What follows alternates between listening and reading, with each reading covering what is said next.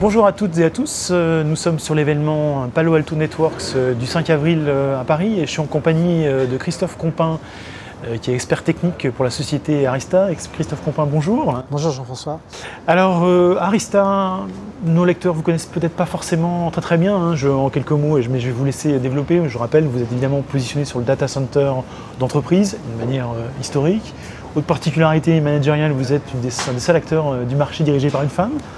Même si ça ne nous concerne pas forcément directement, mais ça méritait d'être mentionné. Et puis le fameux Magic Quadrant de Gartner, que tout le monde connaît évidemment. Et donc vous positionnez en tant que leader sur cette thématique du data center d'entreprise. Je vous laisse peut-être revenir rapidement aux fondamentaux de l'entreprise et puis pourquoi aujourd'hui Gartner vous positionne à cet endroit-là. Oui, effectivement, le Gartner nous positionne en haut à droite, ce qui est la position privilégiée. Donc Arista Networks, c'est une société qui a été créée en 2004, qui a sorti son premier produit en 2008.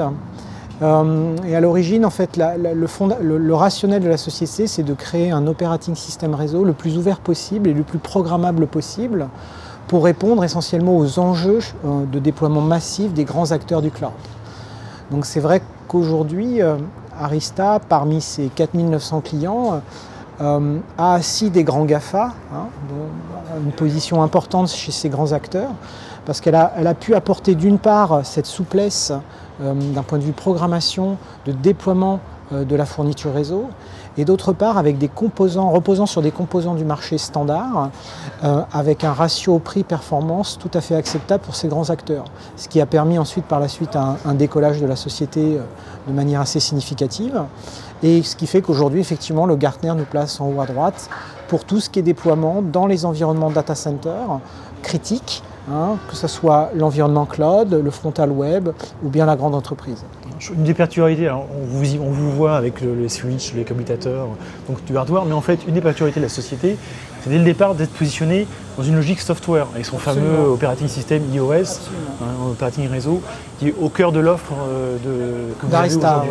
Oui, l'operating system Arista est basé sur un Linux non modifié, donc tout très ouvert, sur lequel on est venu poser une application réseau qui a certaines particularités, outre le fait d'être très programmable, comme j'ai déjà insisté.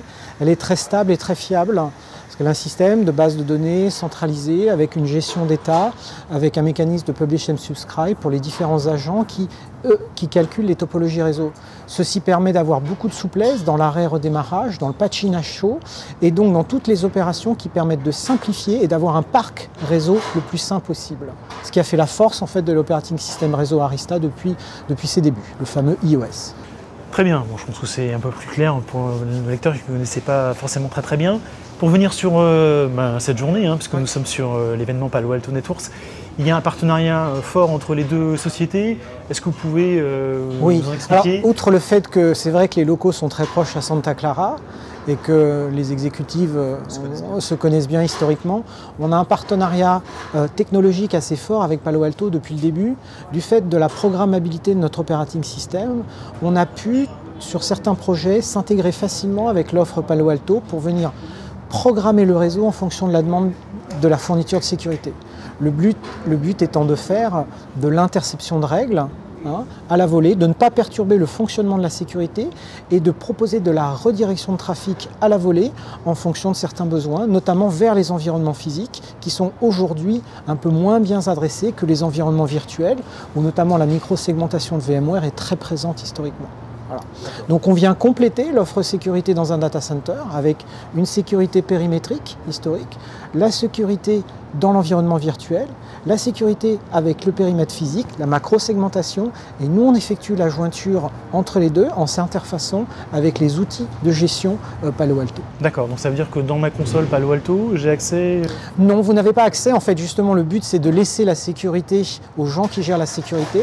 Le fait est de permettre aux gens de la sécurité de venir programmer une règle. Cette règle est interceptée et derrière va se traduire en redirection de flux pour attraper le trafic et l'envoyer vers le firewall en entrée et ensuite en sortie, de manière complètement transparente. Alors ça a plusieurs avantages. Ça permet d'être pas de vendor locking, parce que c'est vrai qu'on aurait pu avoir d'autres types de fonctionnement, comme font certaines autres personnes sur le marché.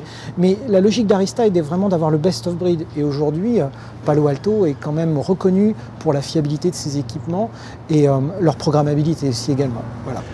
Très bien. Bon, je crois que c'est assez clair pour tout le monde. Pour conclure sur Arista et l'actualité de la société, il y a un stand d'annonces récemment, oui, sur lequel on peut peut-être revenir, notamment je pense en termes de gamme de produits. Oui. Alors oui, voilà. Alors naturellement la feuille de route des processeurs réseau évolue, donc on sort de nouveaux commutateurs classiquement, beaucoup plus axés sur le 25G et le 100G. Mais au-delà de ça, ce qui est beaucoup plus intéressant, c'est que la société Arista embrasse, on va dire, deux types d'environnements. Le premier étant le marché du routage. On va être un acteur non seulement dans l'environnement des test centers, mais également dans l'interconnexion de data centers et de sites, ce qu'on appelle traditionnellement le WAN. Et ensuite, dans un deuxième ordre, notre iOS, qui est polymorphe, peut déjà s'installer sur une plateforme matérielle, mais également aujourd'hui être déployé directement chez les grands acteurs du cloud public, type Amazon aujourd'hui, Azure et demain Google Cloud Platform. Donc ça va permettre à nos clients d'avoir une continuité opérationnelle de gestion à la fois dans leur data center et jusque dans leurs fournisseurs de cloud public. Ensuite, après certains, on a une demande pour utiliser ce même routeur virtuel, bien sûr dans leur branche, leur remote office, en tant que virtual CPU. Voilà. Ce qui est, d'après moi, la principale annonce de ces derniers mois. Donc aujourd'hui, c'est un OS sans couture, pour reprendre un OS de réseau sans couture. Oui, seamless, effectivement, comme disent les anglo-saxons. On essaye d'avoir, ce polymorphisme est important, et surtout ce qui fait la force de cet operating system, c'est que vous avez une unique version, quel que soit le support qui est derrière, que ça peut être un hardware, peut-être plus orienté pour le data center, plus orienté pour le WAN, ou voire même dans le public cloud. C'est la même version d'operating system, ce qui donne un certain nombre de synergies opérationnelles. Au-delà bien sûr du scaling et de l'évolutivité qui est très adapté aux environnements massifs, il faut que toute entreprise puisse avoir accès à cette synergie opérationnelle dans son environnement, aussi, même si ce dernier est un peu plus modeste en termes de dimension et de taille. Très bien, je pense qu'on va conclure là-dessus. Merci Christophe. Merci, bonsoir. Et à très bientôt.